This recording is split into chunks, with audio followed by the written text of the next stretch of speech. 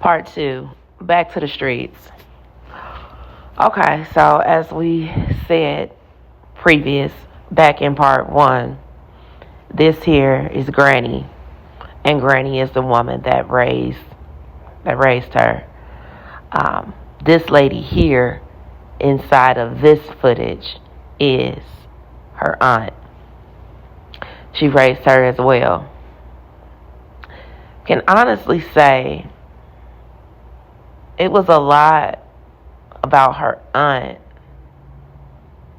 that she idolized. You know, her sense of style, her demeanor, her boldness. She was real. She was raw. She was direct. You know, she was an auntie. You know, kind of like a mother slash auntie. You know, one of those. We're not here to talk about her story, but man,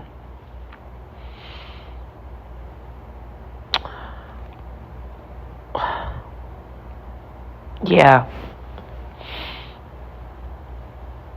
we saw her go through a lot of pain, you know, as you can tell from the smile on her face. She was always happy, and she was always in good spirits. Um, she taught her about life, you know. She taught her about life overall as a whole. She used to call her Tay, short for Tavia, short for Martavia. She will always joke, and she will always tell Tavia's mother, "Oh, well, she should have been my child. Oh, she should have been my child. She should have been my child. She should have been my child." But as years went on, I realized why the aunt would say such thing. I started to notice really, truly,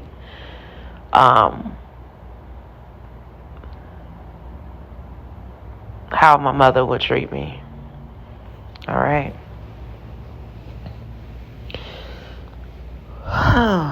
That's a lot. So with that being said, I said this house right here grew up from the age of birth all the way up until 13. Mother would drop her off 5 o'clock in the morning, get ready for school. By the time the evening time is over with, mother would come back, pick her up, and then from there, she'll go home, because this technically was not her home. She lived in a separate home with her mother as an only child, grew up as an only child.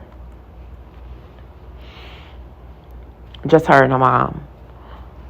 Okay, and this is just what it was.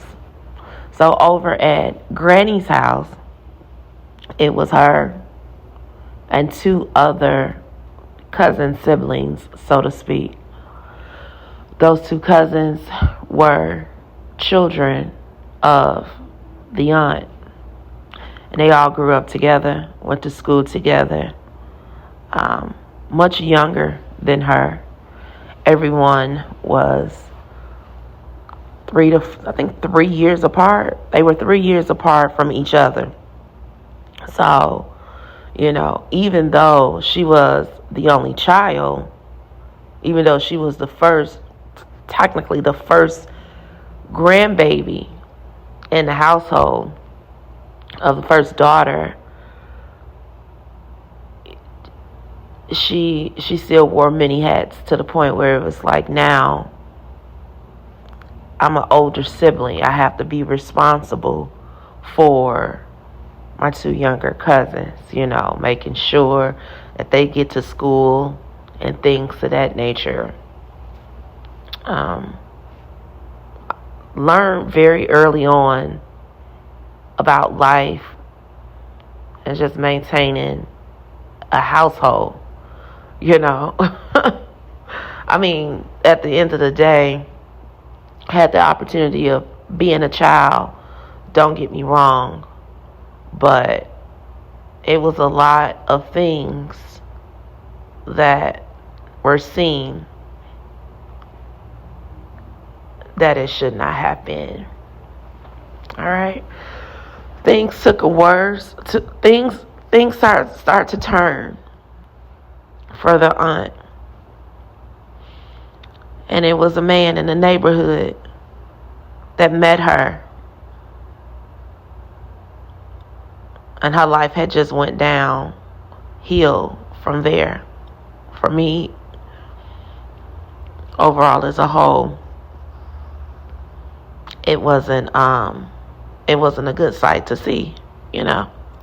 This is someone that I had looked up to, you know.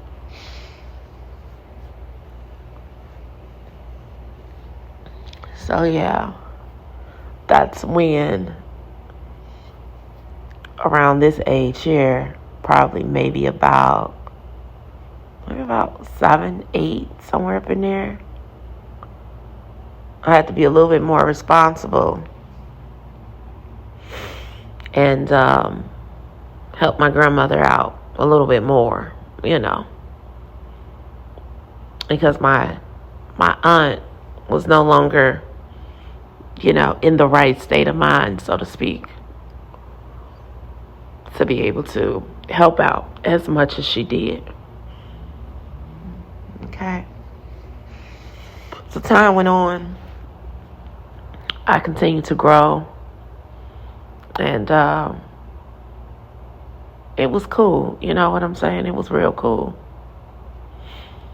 Now, outside of going home after school from Granny's house on the weekends, I will also spend time with my paternal grandmother. Okay. We're going to call her Grandma. All right. And that was a lot different over there. It was 13, 14 cousins in the house at one time. Oldest child to the second youngest. It was my father's mother. And it was fun over there. She taught me a lot as well. She was a housekeeper, where she would go to all the rich homes and clean. She'll sometimes take me with her, you know, days I didn't have to go to school. She took all of us with her and just taught us about being self-employed. It would be days on Sundays and over the weekend where she would get all of us in the kitchen, and we'll learn how to cook, make plates, and we'll sell those plates to the neighborhood to raise money. Okay. She was strict, real strict, structured as well. But on the flip side, the difference between her and my granny is that she had a little bit more money because she had a little bit more support in terms of financial, because she had a little bit more children that were a little bit more well off. And it was this house right here that I will attend over the weekend, you know. Probably from the age of birth all the way up until, I want to say, the visit stopped. Probably maybe around like 17, 18. Somewhere around there is when the visit stopped at this house. But yeah, I learned a lot in this house. A lot of times were spent on that porch right there. The good old days, you know what I mean? This here is my father.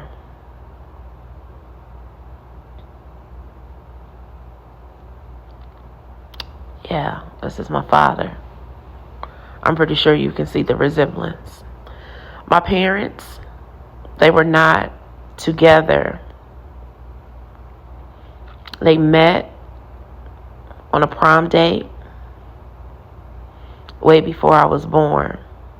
And then later down the line, that's when I came. That's when I came about. I was the first child to both parents, to my mother and to my father.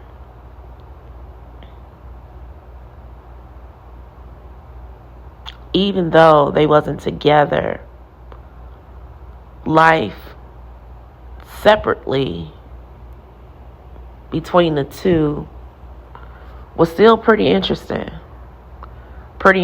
Y'all stand by for part 3. Y'all give me a second. I'm getting there. Crack.